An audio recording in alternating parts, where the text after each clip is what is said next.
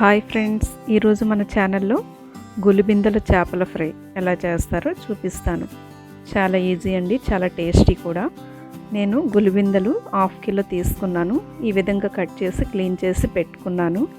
ముందుగా ఒక బౌల్ తీసుకొని అందులో 2 టీ స్పూన్ల అల్లం వెల్లుల్లి పేస్ట్ తీసుకోవాలి.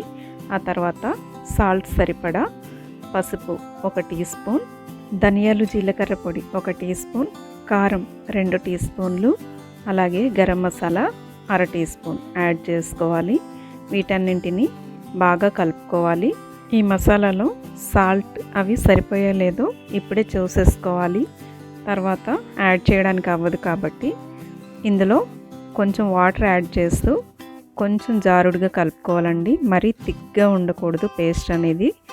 ఈ విధంగా కలుపుకున్నాక ముందుగా క్లీన్ చేసి పెట్టుకున్న గులిబింద చేపల్ని వేసుకున్నాను. వేసి మసాలా అంతా పట్టేటట్టు కలుపుకోవాలి. ఈ గులిబింద చేపలు ఒడిశాలో అయితే గులిబిందలు అంటారండి, అందుకని చెప్పి నేను గులిబింద అని అంటున్నాను. ఈ గులిబింద చేపలు చిన్నపిల్లలు కూడా చాలా ఈజీగా తినేయగలరు. అంటే ముళ్ళు అనేవి కొంచెం తక్కువగానే ఉంటుంది.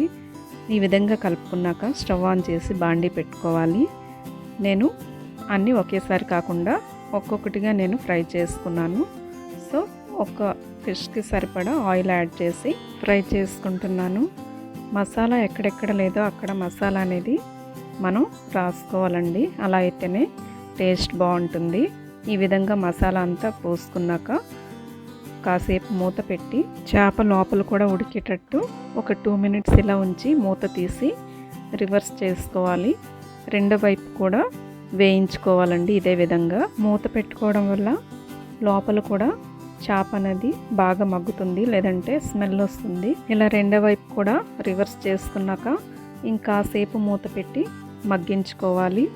ఆ తర్వాత మూత లేకుండానే ఫ్రై చేసుకోవాలండి. ఈ ఫ్రైలో లెమన్ జ్యూస్ అలా యాడ్ చేస్తూ ఉంటారు, కానీ అలా యాడ్ చేయకుండా చేస్తేనే టేస్ట్ అనేది బాగుంటుంది. చూస్తున్నారు కదా, మన గులిబిందల చేపల ఫ్రై రెడీ అయింది. మరీ ఎక్కువగా ఫ్రై చేయకూడదండి, వీడియోలో చూస్తున్నట్టు ఫ్రై చేస్తే సరిపోతుంది. ఆ తర్వాత మిగతా చేపలని కూడా నేను ఫ్రై చేసుకున్నాను. అంతే అండి, చాలా ఈజీ కదా, చాలా టేస్టీ కూడా, చాలా తొందరగా కూడా అయిపోతుంది. మీకు ఈ వీడియో నచ్చినట్టయితే ప్లీజ్ లైక్ చేయండి, షేర్ చేయండి, కామెంట్ చేయండి. నా ఛానల్ని ఎవరైనా ఫస్ట్ టైం చూస్తున్నట్టయితే సబ్స్క్రైబ్ చేసి పక్కనే ఉన్న బెల్ ఐకాన్ని క్లిక్ చేసి ఆల్ని క్లిక్ చేయండి. ఇంకో మంచి వీడియోతో మళ్ళీ కలుద్దాం. Thanks for watching.